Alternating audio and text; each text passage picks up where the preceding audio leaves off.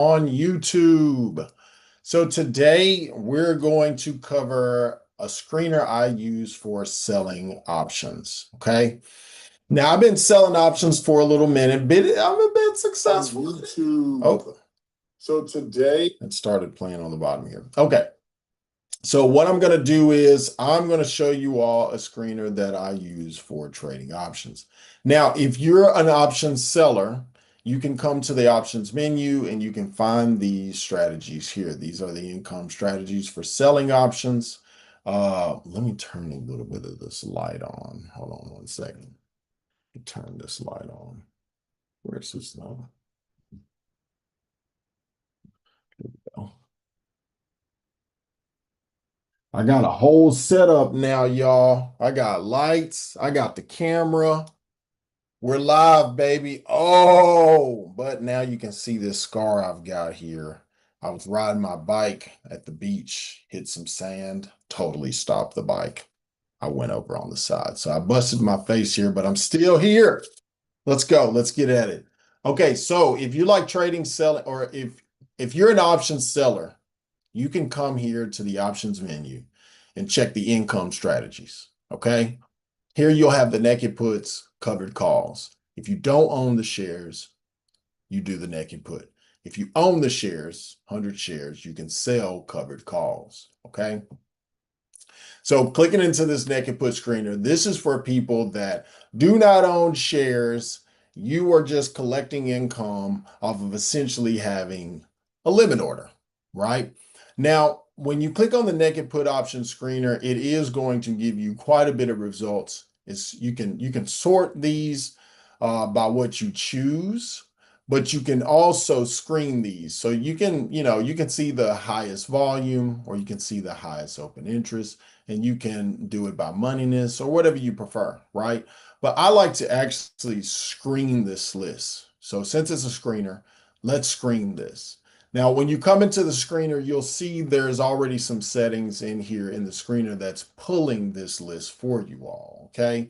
Now, since we're looking to collect monthly income, it's going to be 1 to 60 days, and we're only looking at monthly expirations, okay? And so beyond that, to sort of filter this list, I like to come into options volume. I want to see high volume, very high volume. I want to also see very high open interest, right? Now, moneyness, to me, there are some people that like to, decide whether they like deep in the money or deep out of the money. Obviously, we're going to be out of the money or at the money. But in this case, moneyness does not matter to me personally. So in this case, I'm just going to set the options volume to be very high, the open interest to be very high. I'm also going to change the bid price to be higher. So right now it's set to 0.05. I'm going to change that to $3. Okay. So that means on selling these options, I want to collect at least a $3 premium. Okay. So with these new screener settings, we have now taken 500 stocks or option contracts down to 39. Okay. So we're getting somewhere. We're getting hotter.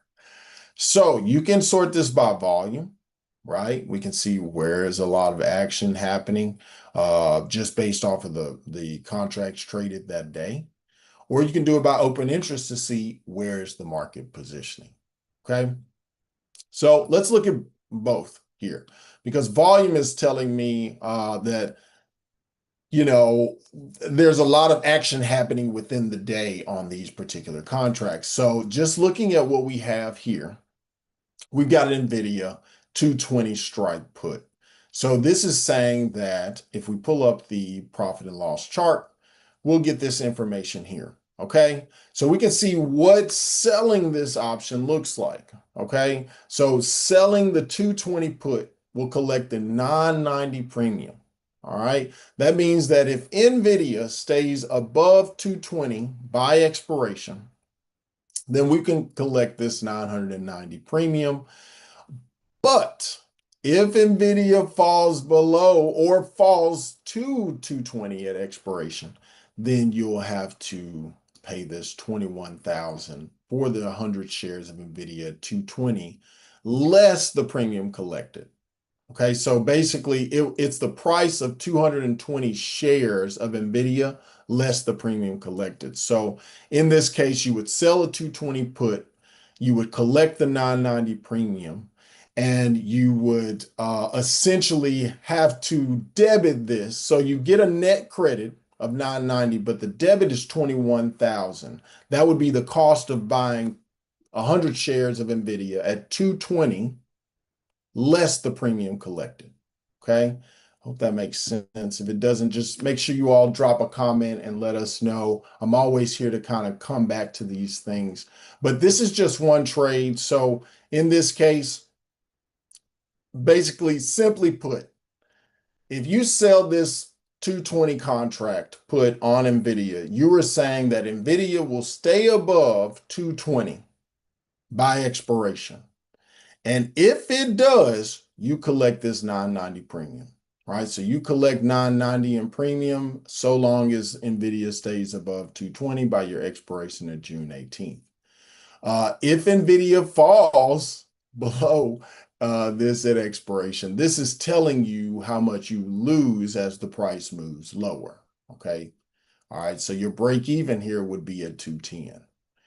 But like I said, if you stay above 220 NVIDIA at expiration, you collect the full 990 premium. If NVIDIA falls to 220 at expiration, you have to buy 100 shares, and that would cost you 21,000 because it would be the cost of 220 shares of NVIDIA less the premium you've already collected from selling this contract. Okay, does that make sense? Let's look at another example here. We've got which one? Let's Intel. Let's look at Intel.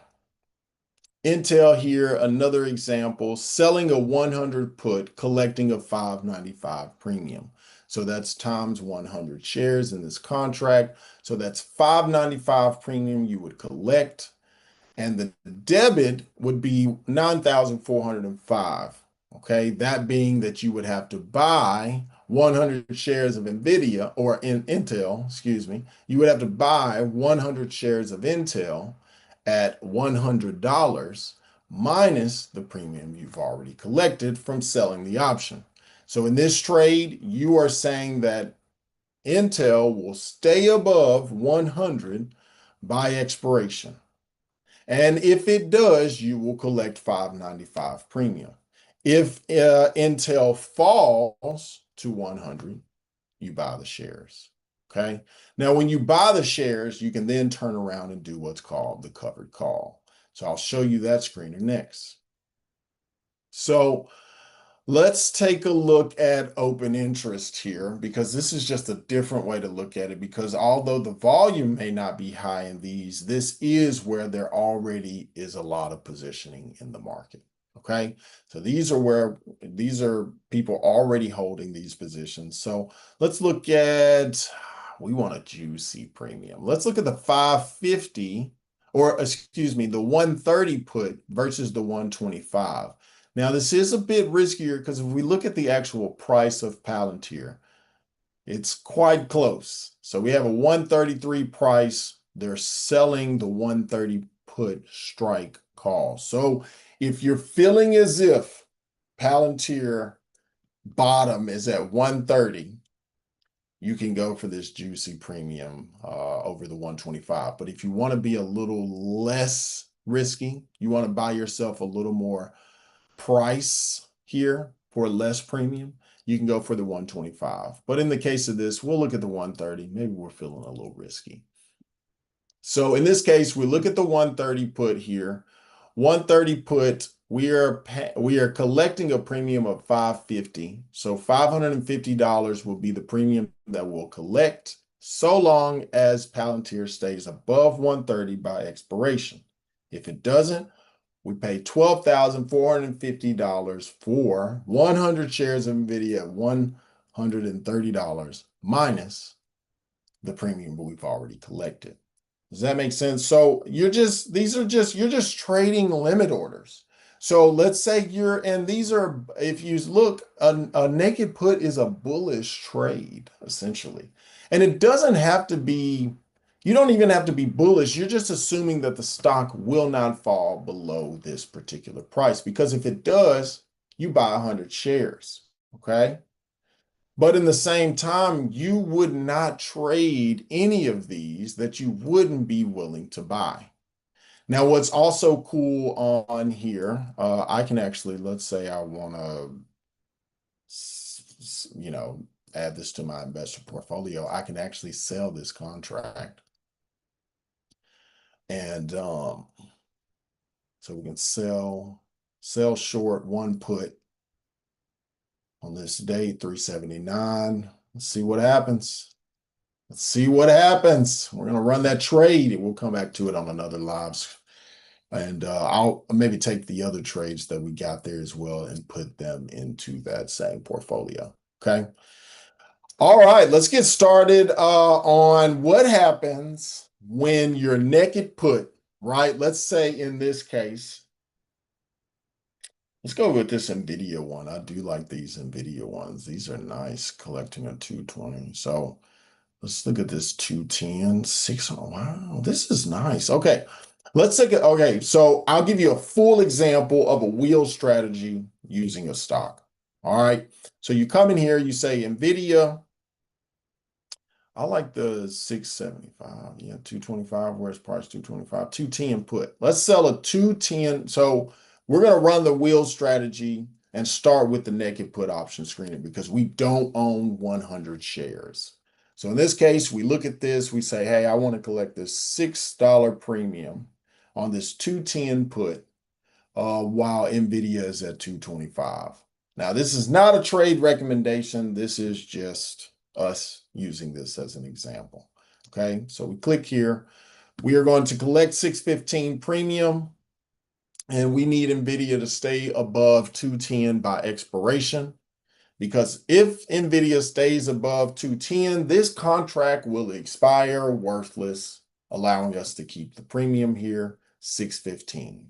Okay, so we get to collect that so long as NVIDIA stays above 210. If NVIDIA falls down here by expiration, we will have to purchase 210 shares of NVIDIA we have to purchase 100 shares of NVIDIA at $210. And the cost of that would be $20,385 because it would be less the premium we collected. Okay. So let's say in this case, NVIDIA falls to 210 and we have to buy these shares. Now we own NVIDIA at $210. Okay. Then we come over to the covered call screener. And then we start looking at what are our call options. Now you can do the same thing here, filter this list. But in the case that we already own NVIDIA, we're looking to sell covered calls on NVIDIA, right? Now, you can use the covered call screener because the covered call screener, just because you use the covered call screener doesn't mean you have to own shares of NVIDIA. You can still, in the trade, it means that you will either buy 100 shares at that price or you already own them, okay? So when we are owning, our shares got called at 210, or we now own 100 shares of NVIDIA at 210 because we sold that 210 put. NVIDIA fell down to 210. We had to buy 100 shares of NVIDIA at 210. Now we've come to the cover call screener. Now we're going to go out to the 618 because we want a monthly expirations, but also we want to go 30 to 45 days out in expiration. So we're looking at the June 18th here. Let's look at a couple things, volume, also open interest. So in this case, let's see here. Let's look at what we got. Where's open interest as well? 230. So let's say you turned around and did the 230. This is really juicy. So we'll open up the profit and loss chart here. You own shares. This is just hypothetical because obviously the price is above 210. But let's say we own shares from the past from a put we sold, and we bought shares at 210. We own 100 shares of NVIDIA at 210 from a put that we sold, and we had to buy 100 shares when price fell. Okay, so now we own 100 shares of NVIDIA at 210 for this example. And by based on the covered call right now, we would be selling this covered call at 230. Okay, so that's saying that right now we can collect $1,120 in premium. Okay, and so long as NVIDIA's price stays below 230, we will continue to collect this premium, okay, by expiration. But if NVIDIA goes to 230 by expiration, our shares will be called away in this contract and we will have to sell these shares, okay? But we've also collected the premium. And so that creates the will strategy. So if NVIDIA hits 230 and you have to then sell your shares, you turn around and start selling puts again, right? So in this example, we were selling puts, price fell to 210. We own 100 shares of NVIDIA at 210. We are now selling covered calls. And that means that if we were owning these 210 shares and we were looking to do a covered call right now, if we looked at the 230, that's saying that price, we could collect this premium of $1,120. And like I said, so long as price stays below 230, this contract will expire worthless, making you a winner. Winner, winner, chicken dinner. So that really breaks down the wheel strategy. It's really simple. It's really honestly, if you're trading options and you're still buying options, I will be honest, you're doing it the wrong way. You really got to check out these income strategies with covered calls and naked puts. Because naked puts means you don't own the shares, but you want to profit off of it by generating income from what are essentially limit orders, right? Because if price falls in worst case scenario in selling a put, you buy 100 shares of that stock. So you're saying that I only want to trade naked puts on stocks that I want to own. So when you come to this, you can see that this is a bullish strategy with limited profit. So even when you think about that in concept, if you want to learn more about it, you can click learn more here, which will take you to the Options Learning Center. And so when you see this, it's bullish, it's limited profit, which means that we already know the premium that we're going to collect. That's already there. Okay. So once we collect that premium, we now just have to hope the contract expires worthless and the stock continues to move above our put strike and stays above there. But if it doesn't, we get our we have to buy 100 shares of the stock. So when you're using these screeners, I do want to show you, if you're new to selling options, when you're on any of these option screeners, let's say we're using the naked put screener, you can click learn more here and it'll actually take you to the Options Learning Center. So with this naked put, you can see it's a bullish strategy with limited profit. It gives you the whole breakdown of the strategy with the loss and profit here. And this is at price at expiration. Okay. And then trade examples as well. So it gives you everything you need to understand selling options, right? But it's not just for selling options, right? It's also, you can come to the Learning Center and get it for long calls, long puts. And this is what most people do. And like I said, if you're still trading options and you're just buying them, you, yeah, I mean, there's a reason why, even if you first, I want to say when you come to this page, the Option Learning Center, you can learn all of these strategies from the long call, long put, naked put, covered calls. These are the income strategies, and then different types of protection strategies like collars, as well as vertical iron condors, a lot of other sort of advanced strategies, but it is the when you actually look at the like if I click on if I have no clue what a short straddle is, right? If I click on learn more, I now know that a straddle is this, right? A short straddle is this. If I go back and I click on long straddle, it'll be the opposite of that, right? It'll be the exact opposite of that. Where's the long straddles that I passed? Nah, they're up here. So if I go over to, where was the straddles? Let's see. Here we go. So I had the short straddle. Let's go for the long straddle, right? If you click that, it's the opposite, right? And then if you do strangle, you can see that a strangle is essentially creating a range. So the more you actually use this page, the more so if that was a wait, that was a straddle. We'll go with the strangle. Strangle is creating this range in which it is.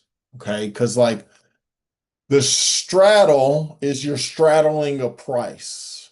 And I like to think of a strangle is you're kind of creating a range, almost like choking price, but not so tight as a straddle, because when you straddle something, you're like riding on top of it, which means that you're buying the same strike. When you're doing a strangle, you're not buying the same.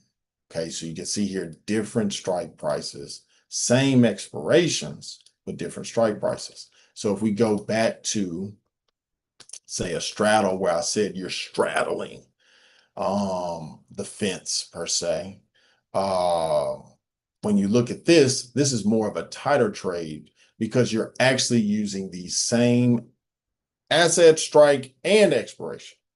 Okay, so all of those are going to be the same, and you're riding on one price. All right. So there are different strategies that you can learn here. And even when we look at the covered call, it's not necessarily a totally bullish thing, but you're just expecting price not to be too bullish. Because if you look, if we go to, let's go back to the covered call screener. You can go to the screener here and you can see it's a covered call is a neutral to slightly bullish. It's like you don't mind if it goes up because you sell your shares at a higher price if you do get them called away. But at the same time, you prefer to just collect some income as the stock just sort of does whatever, really. Because, like I said, selling options is almost a win-win. And we can do the same thing here. We can run the screener on the covered call. I'll just use this as an example. We want very high on everything, just volume and option open interest. And then we want the bid to be $3. We're looking for some juicy premiums, baby. Now, obviously, juicy premiums mean a little more risk, but sometimes, with no risk, there is no reward. So if we do this by open interest, you can see some trades here on covered calls. Also, volume here will give you a little bit of a difference on the current action of the market. Okay. So this is just a way we narrowed down that list again with less trades than we started with on the screener. So it's always great to do that. Again, if you ever want to learn more about these strategies, click learn more. Once you get into learn more, it'll break down that strategy at a glance, give you the full breakdown of profit loss, even an example trade in here as well. And so you have all the resources as well as exiting the trade. So when price starts to move against you, or if your shares get called away, or you have to buy 100 shares, all of that information is kind of there to walk you through that. We also have the bar chart videos here to get you started. So a full learning center there. And you can always come to the menu. Like if I go to, let's say options education, you can see here, like you'll see a lot of articles why 90% of option traders are losing. It's probably because you don't know how to sell options.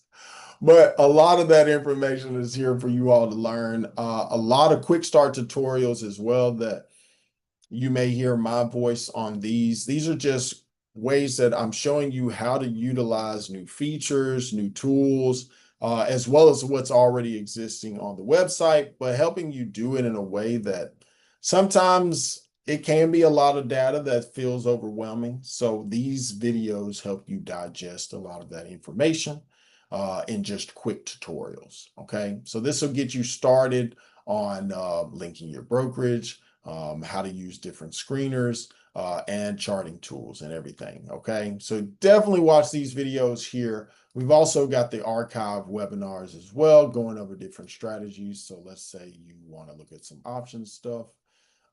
Plenty of videos here. I love Rick and Gavin when it comes to options.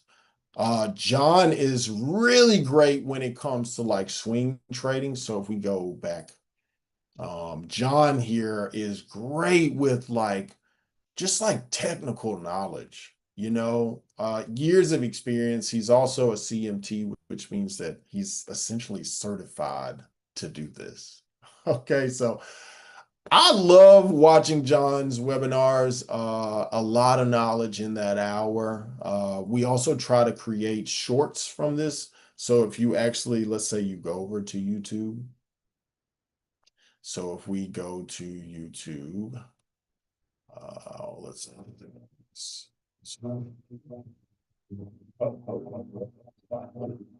okay, so if we're on YouTube and you come over here to bar chart, you'll see we'll also create shorts from these. So it creates a little more digestible information. So if you don't necessarily have an hour, you can scroll through these shorts and get really great information really quick. All of these are less than 3 minutes, going over different strategies. We sort of just kind of pick out highlights from these webinars as well as collaboration videos that we've done.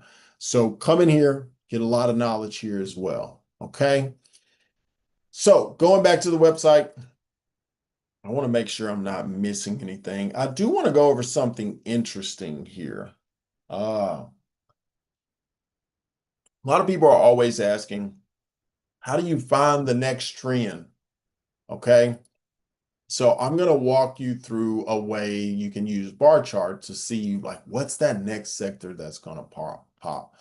Market momentum is a way to kind of see that things might be shifting a little bit. Like if markets are hitting new highs, but you can see a lot of the market is actually declining, then, obviously there's a lot of weakness under the hood. So it's like, where can we maybe find that next opportunity? Well, when I pull up market performance, this is going to show me something really interesting here. We talked about this on the last live. But if we take a look here, I mean, let's actually keep these on the screen here. If we take a look at this chart, you can see that as everything fell, there was one thing that went up, and that was energy. Okay. So we're going to take everything off of this chart except the S&P 500 and energy. Okay. Take this stuff off, take it off, take it off. Now, boom, we're looking at the SP 500 and energy. Okay. And you can see that sometimes they do have this inverse relationship, but it really depends on what's going on geopolitically, really, and just what's going on the macro level. But looking at this chart, it's very clear that there's an inverse relationship in some cases, right? It's not always, but we can see here even as oil spiked up here last year around March and April, the stock market fell. And you can see here as the stock market decided to take off, we can see that oil decline, right? And so as the market went higher, oil just kind of traded sideways. So it's not always going to trade inversely. Sometimes it could trade together, right? But at the moment, we can see a clear correlation between as the market was fading, you can see here, if we pull it up here. So both had the same start here back last year around April. So you can see here, the market's taking off, oil's trading sideways, right? But right here around December of last year, oil started to get a real start, right? But right around January of 2026 this year, it broke above these levels that had been, resistance. And boom, we've got a breakout here right at January. And energy bulls got bullish, baby. They were buying up this trend. Energy stocks are going up from nuclear to oil to clean energy. Everybody's trying to find that energy play because everybody's talking about energy for AI, right? So the energy AI trade almost was like the next rally. As tech fueled this, energy was like, it's my time to shine. Now, as people were sort of rotating out of the tops, whether it was tech or any other real estate or any other sectors here, you can see that energy just broke through, right? And right as that happened, the market started to decline. But as the market recovered, energy started to pull back. But one thing we've noticed recently here is that as the market recovered and energy pulled back, we can see that as the market gets higher and higher, energy still wants to have its moment, right? And we can see that we're really at this inflection point. If energy can continue to break out of this resistance that we have here, because we've already got a higher low, right? So energy is already saying that if we break this, then we're now creating a higher high, starting a new trend and potentially a pullback from stocks. Now, if you want to track this trend using moving averages as well, you also have the percentage of large cap stocks above their moving average. Now, you can see that trend here clearly, seeing that energy is above all moving averages, and 86% of them are above their short term, and 90% of them are above their long term moving averages, right? So the whole sector is moving higher. And inversely, you can see that the weakness is starting to show in information tech because it's been strong, right? Information tech stocks have been on a roll, right? Hitting record highs. And you can see that strength here. And so what you want to look for in this chart is it starting to fade, right? If we start to see more stocks starting to fall below their 5-day moving average, and then you start to see weakness in the 20-day average, then that tells us that there's weakness starting to happen now, right? And so what you'll want to see is a decrease in these percentages, saying that there's less stocks above their moving averages. And so you'll start to see the weakness from the short-term moving averages and start to fade as they fall below their 50 or their 100-day, where there's ultimate weakness. And when you start to see that type of weakness, then there's opportunities for investors, right? But as you see that they're all above their moving averages, short term as well, but even on the very short, you can spot this weakness here. So if we start to see these numbers decrease, then that means the stocks are beginning to fall below their moving averages. But you can see energy has been strong. Now, if you're looking at this chart, and you can see that obviously there may be some weakness in tech. Obviously, there's been a lot of strength in energy.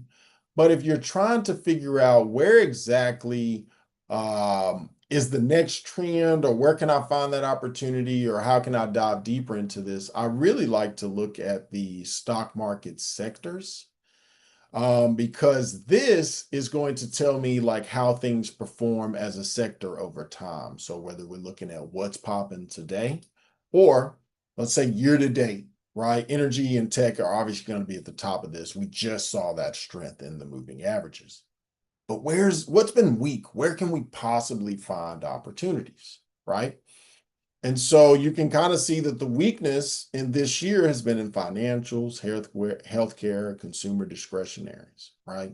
So maybe you could look for opportunities in consumer discretionary, healthcare, if you're somebody that's looking for lower prices, because this is obviously telling us that there's some weakness here, especially in healthcare. So when you look at the year-to-date range, healthcare is really low. So let's take a look at healthcare. We click on healthcare, and we can now get a breakdown of this sector from moving averages. But what I'm here for is the actual components of this ETF. Now, I'll put this in order of volume because once you see the names in terms of the biggest volume, you start to kind of see a trend here, right? Markets at all-time highs. Everybody's screaming, this feels like the bubble and maybe like what happened before 2008 and pandemic or whatever. But when you notice that healthcare is what's down right now, and if it were to pop, look what stocks go up. The perfect all the stocks that were up in 2020. A lot of the stocks that got an enormous run in 2020 are Pfizer, Johnson and Johnson, Merck, Moderna, right? United Health has been hit hard over the last year or two. So a lot of these stocks are trading lower. So even when we look at, let's go to flip charts so you can actually see the charts here. You can see that prices, let me actually put on one of my, I like to see the put call ratio as well as the RSI. So, but for now, let's only look at we don't have to see volume. All right. So when I come here, I've got the flip charts on. These are in order of the highest volume. Okay. So we can see here Pfizer, lots of weakness, RSI is low, right? Another name you might be familiar with, Johnson and Johnson. Breaking below some moving averages, trying to really find a bottom here, but still below this 100-day moving average, showing some weakness. So until it reclaims that, you could go even lower, right? But it's holding its 20-day short-term moving average, and it really needs to clear 50 on this RSI as well to show some real bullish momentum. But as you can see here, these are just a lot of stocks that could potentially be moving lower. Okay, so there's a lot of weakness in this area, so it may not be a particular bottom, but wow, United Health, wow, but still United Health is down so far from their highs. So even though it's high on its RSI, these are still things that are weak as a sector. Okay. So this is just a way that, you can find sort of these, because if we go back to stock market sectors and then we go year to date, maybe look at some consumer discretionary. So if we go into consumer discretionary and then we go by volume, we can see some of the consumer discretionary names that are trading, or as a unit, as a sector, they are lower. So you have names like Nike that are weak, Ford that are weak, maybe some other names, TJX that got hit, right? But if we look into the flip charts, they all tell their own stories, okay? But this is just a great way for you to find opportunities because then you can screen this list, right? So let's say you're looking for certain stocks in a market cap by market cap, and then maybe volume's another indicator, maybe RSI is another thing you want to check. What's something else? Indicator or signal. Let's go with overall buy whole signal and then also opinion. All right, overall opinions percentage, and then maybe even index, right? So if we do index group, well, it's already in the S&P 500, so that's already part of this group because it's the S&P 500. But you could, narrow it down even more if you wanted. But in this case, we'll be able to now see this and do it by volume. Maybe you're looking for oversold setup so you can see which of these stocks that are in consumer discretionary that are oversold. And you can see here that a lot of these have buy signals. But this wouldn't be necessarily just a signal to buy. You always want to obviously do a little more research, but market cap, the size of these companies, you can put it in that order as well. So a lot of great ways to find opportunities using these different lists that you can find on the stocks. Okay, so from market momentum, market performance, and stock sectors. Okay. All right, I think that's enough for today. One last thing. One last thing. I do want to show you all this. So if you didn't know, on bar chart, you can actually check economic overview for interest rates, yields, a lot of things that go on with the economy, from unemployment to Fed fund rates. There's also interest rates, inflation rates. Okay. But what I'm here for is the treasury yields. Okay. So let's go over here to interest rates. And we can see that the 10-year treasury yield has now hit 4.5. Okay, now you can see that as well here. And you can see that yields have been increasing over the last 3 months, right? With the 20 and 30 year reaching over 5%, right? So what I want to show you here, let's look at the 10-year. Let's pull up the chart for the 10-year treasury. We'll go over here to the interactive chart, pull this up. I want to show you something that's really interesting. So we will go with an area chart here, and then I will compare it to the S&P 500. And then so we'll see what type of relationship this has over time. Okay. So let's actually do daily. Yeah, there we go. Okay. So actually, I want to move this to a different pane. Let's do that. So we can see it clearly here. So just adding the S&P 500 here as a comparison, but it essentially shows up as an indicator in this new pane. So this will allow us to see how this inverse relationship between this 10-year yield rising and stocks falling. Okay. So if we go back in history here, we can see that as yields got higher and higher, reaching this level, the stock market sort of hit its top, right? Because you have to understand that these yields are competing with the same capital as stocks. Okay, so as yields go higher, they become more attractive for investors, especially when people think that the market could be hitting highs. And so as the yield moves higher, the market could be taking some of these profits to move over there into a guaranteed 4.5%, right? Versus, say, risking at all-time highs. And in this case, yields were higher, money started to move here, prices fell, right? Now, show you a couple more examples where yields go higher, markets move lower. Okay, same thing here. Yields are moving higher, markets are moving lower. Now, let me see if I can actually move it on the same pane here. Let's go to comparison. Let's do same pane, main pane. Percentage change. That's what I need to do. So percentage change, let's do it this way. And this way,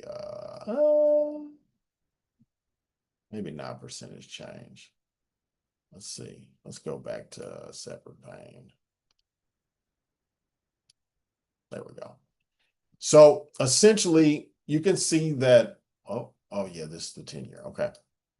So as yields move higher, they attract more capital to higher yields, which makes the stock market move lower.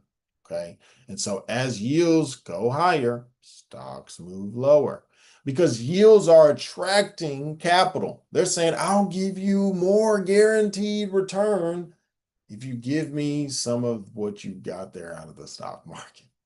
So we can see this trend over time. And what's interesting is that right now they are both going up and one of them have to break, because we can see here as yields went higher, stocks went down, but then all of a sudden stocks went higher, yields went lower.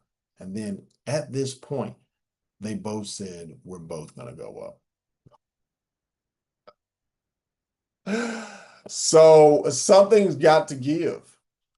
And just looking historically, we can see that when yields move higher, it usually attracts capital from the markets. So same thing here, yields went higher, capital flows from the S&P 500. Okay. So I think this is something very interesting to watch because one of these has to give. Which one do you think will give? Is it going to be bonds or is it going to be stocks? I will say this, some really interesting information I found here.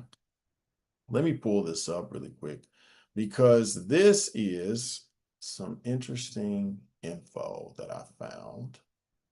Let's see here. So we're going to pull this chart up. No.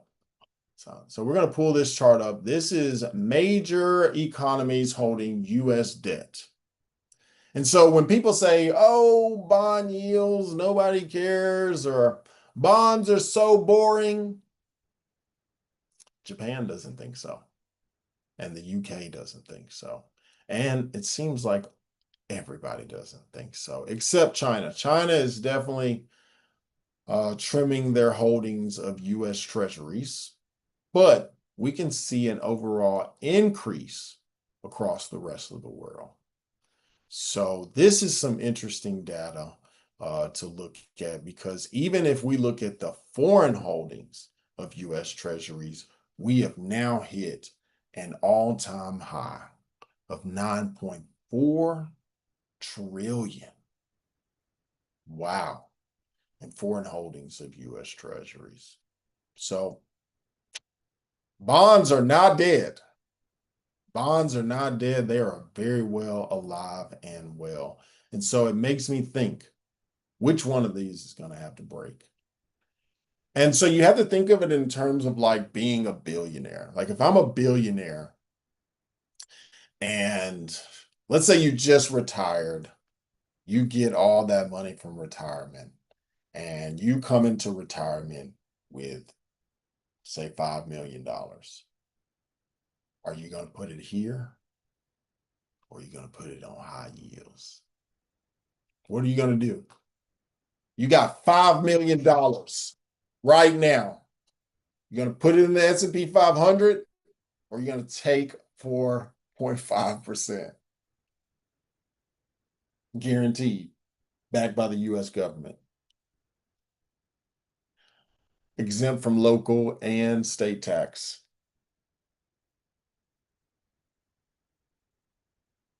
Hey, do what you want with this information. Let me know what y'all think in the comments. Something's got to give, though. Okay. But you got the information you need. I hope you guys have a great week. I'm always excited to teach people about using this website. It's one of the greatest websites on the world, in the world. Okay. Barchart.com, baby. If you don't know it, you better get to know it. And like I said, you can do that for totally free. How many places can you go and get options knowledge for totally free? Barchart.com, baby. I'm telling you, all free, baby. All free.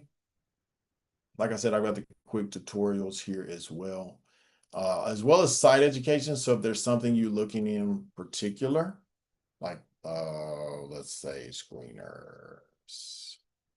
I have a couple videos here talking about screeners. Okay. So whatever you need, we got you. All right. I don't think anybody's joining this live. I never really have. People are asleep during this time anyway, but hope y'all enjoyed it. Leave me a comment, drop me a follow. Give me some love, baby. Give me some love. Show me some love. Show me some love. I come here all the time giving y'all free information. I believe we are done now. It's been fun. Click that like button, hit subscribe, share this video, copy the link, send it to somebody else, pass on the knowledge. We do this stuff. I'm going to try to do it every week. I don't have to. But if you show me some love, I got you. Drop me a little emoji so I know it's real. Okay. I'll see y'all for the next one. Holla.